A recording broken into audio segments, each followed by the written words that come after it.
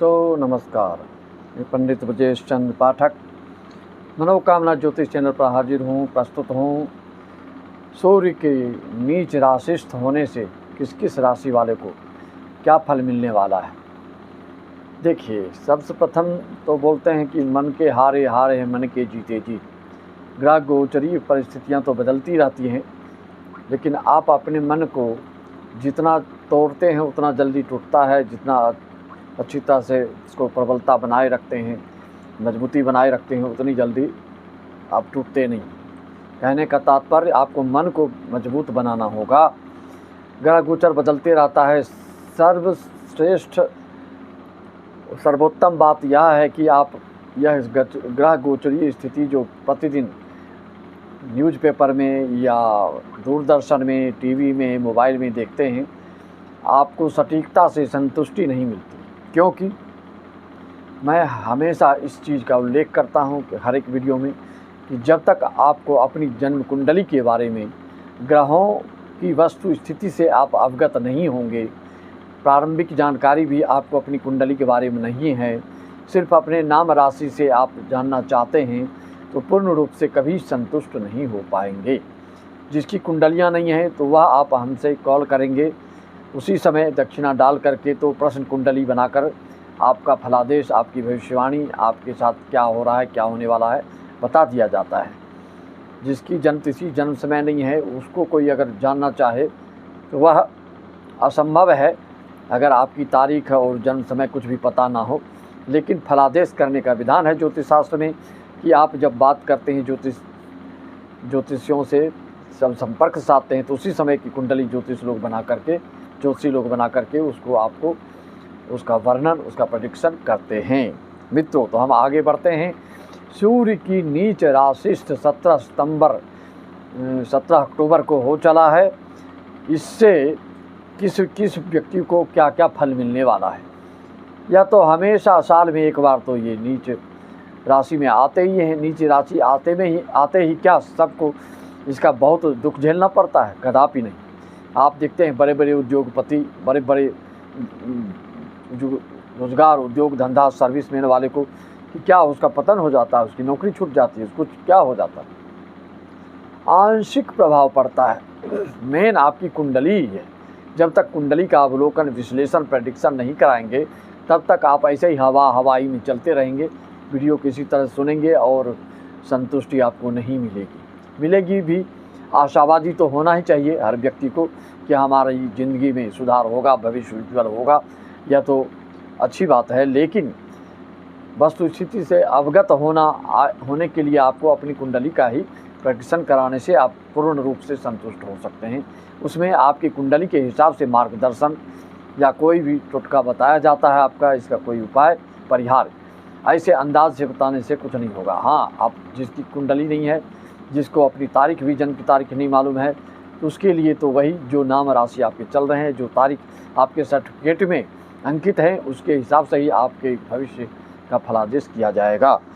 तो आप सुन रहे हैं कई ज्योतिषी लोग आपके यूट्यूब में डाल रहे हैं कि नीचस्थ सूर्य से बहुत ही उथल पुथल, नीचस्थ कर्क राशि में मंगल के 20 अक्टूबर से जाने से बहुत उथल पुथल होने वाला है, तितर बितर होने वाला है, छिन्न भिन्न होने वाला है, आकाश पताल दिख रहा है आप लोग को। ऐसा कदापि नहीं है।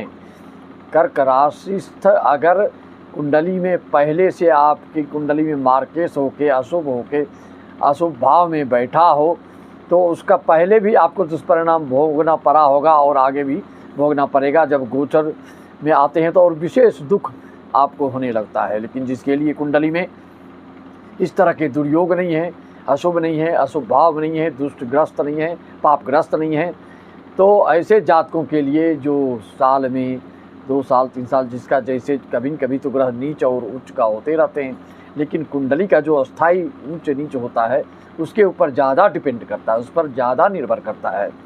उससे आप बता सकते हैं, जैसे कि नीच भंग राजयोग, एक भिखारी के घर में भी कोई व्यक्ति जन्म लेता है नीच भंग राजयोग लेकर, तो वह व्यक्ति भिखारी से मंत्री, संतरी, प्रधानमंत्री भी बन सकता है।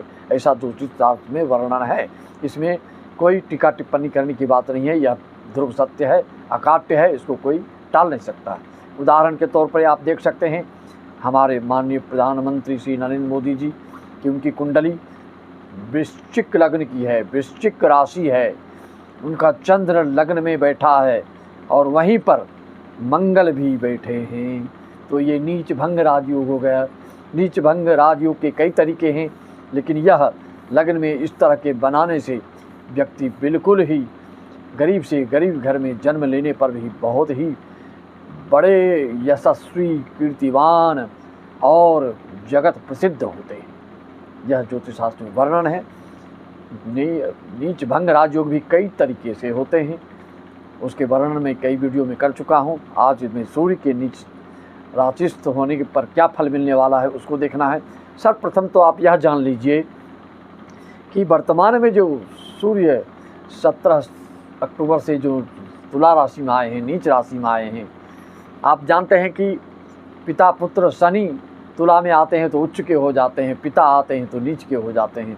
दोनों एक दूसरे के विपरीत हैं, इसलिए दोनों की विचारधारा में भी टकराव है। सूर्य का बेटा शनि होने के बाद भी दोनों में वैचारिक मतभेद विशेष होता है, इसलिए इसमें अच्छा नहीं माना जाता है। तो तुला राशि में सूर्य के आने से नीच भंग राजयोग अभी तो निर्मित हो रहा है। किसी भी राशि वालों के लिए सिर्फ नीच में अगर सूर्य तुला राशि में रहते तो इसका अशुभ प्रभाव अवश्य हर एक राशियों पर पड़ता, लेकिन इस समय की गोचरीय स्थिति ऐसी है कि अभी बुधादित्य योग बना हुआ है और शुक्र का स्वामी अभी कहाँ बैठे हैं, वृश्चिक में हैं, जो 7 नवंबर तक रहेंगे। तो यह स्थिति नीच भंग राजयोग से आपको निगेटिविटी नहीं देखनी चाहिए, इसमें आपको सकारात्मकता के दृष्टिकोण से देखना चाहिए, पॉजिटिविटी के दृष्टिकोण से देखना चाहिए। यह आपके लिए बहुत ही लाभदायक अवसर प्रदान करेगा। किस किस राशि वालों के लिए यह बहुत ही शुभ अवसर प्रदान करने वाला है। आप नीचस्थ सूर्य को भूल जाइए, आपके साथ चमत्कार होगा, आपकी जीवन में ऐसी अद्भुत परिवर्तन आएगा, ऐसा संयोग बनेगा कि आप देखते रह जाएंगे। आपको लगेगा कि ये हमारी ज़िंदगी में इतना अचानक परिवर्तन कैसे आया या कैसे होगा, किस किस साथ के होगा। पहली राशि का नाम बता रहा हूँ, जिस राशि का नाम आप बोल रहे हैं कि जिसमें सूर्य नीच हो गए, तुला राशि।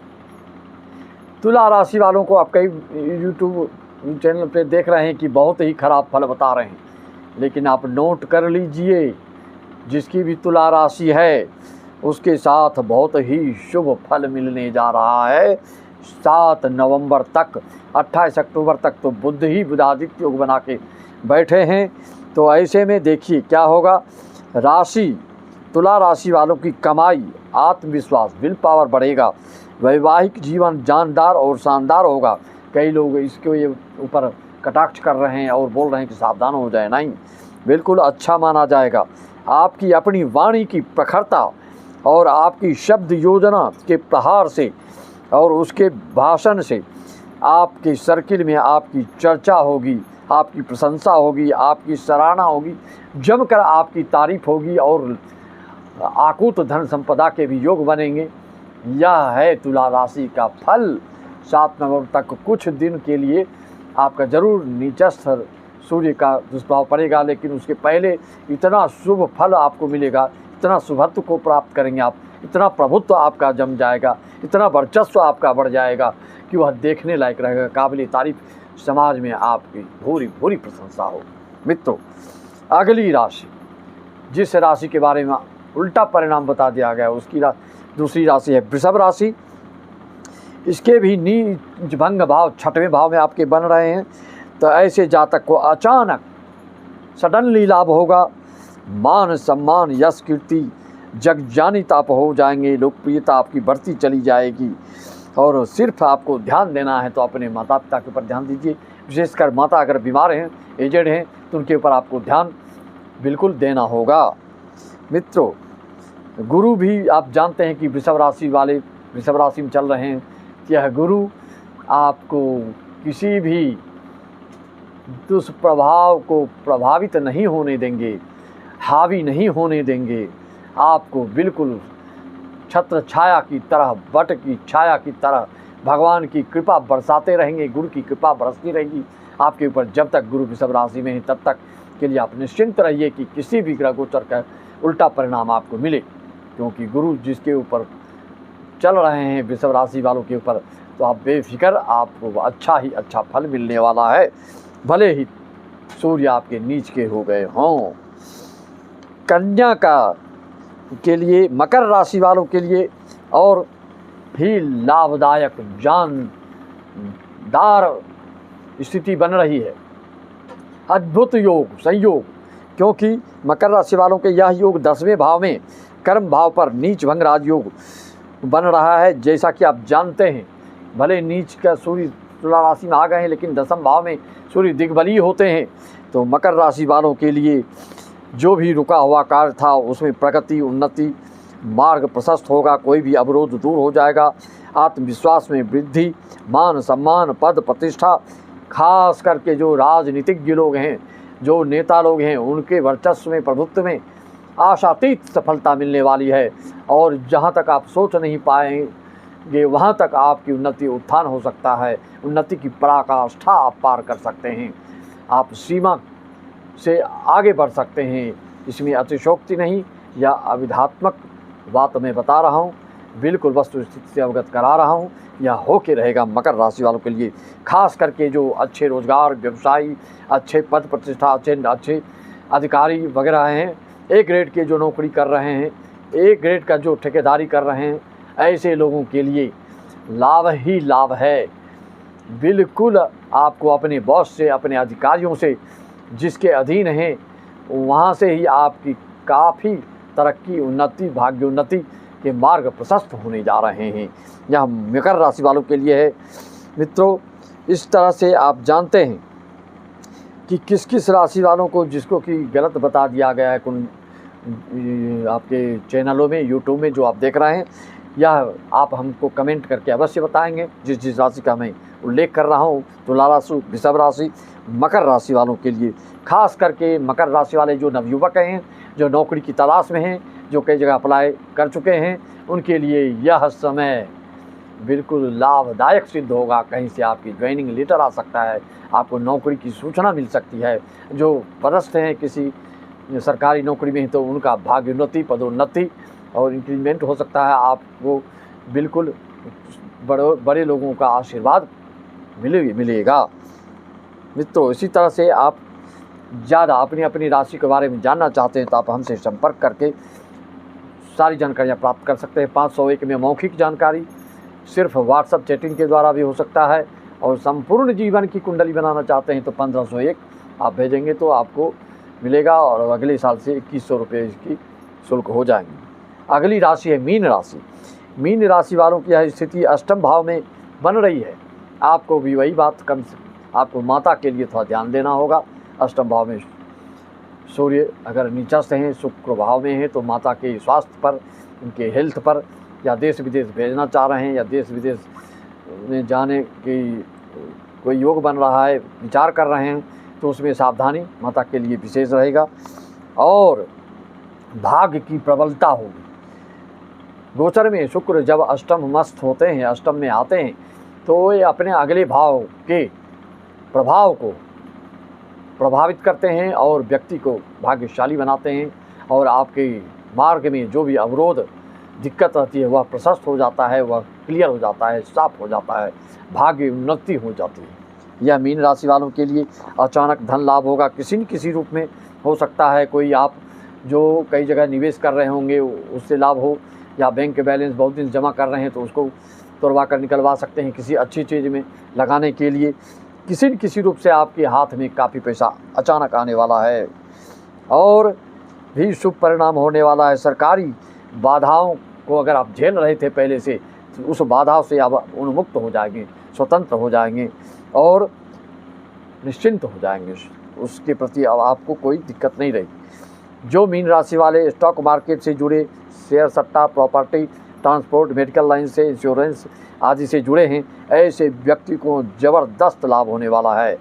आपकी ज़िंदगी में तरक्की के लिए मतलब ये जान फूंकने वाला साबित होगा।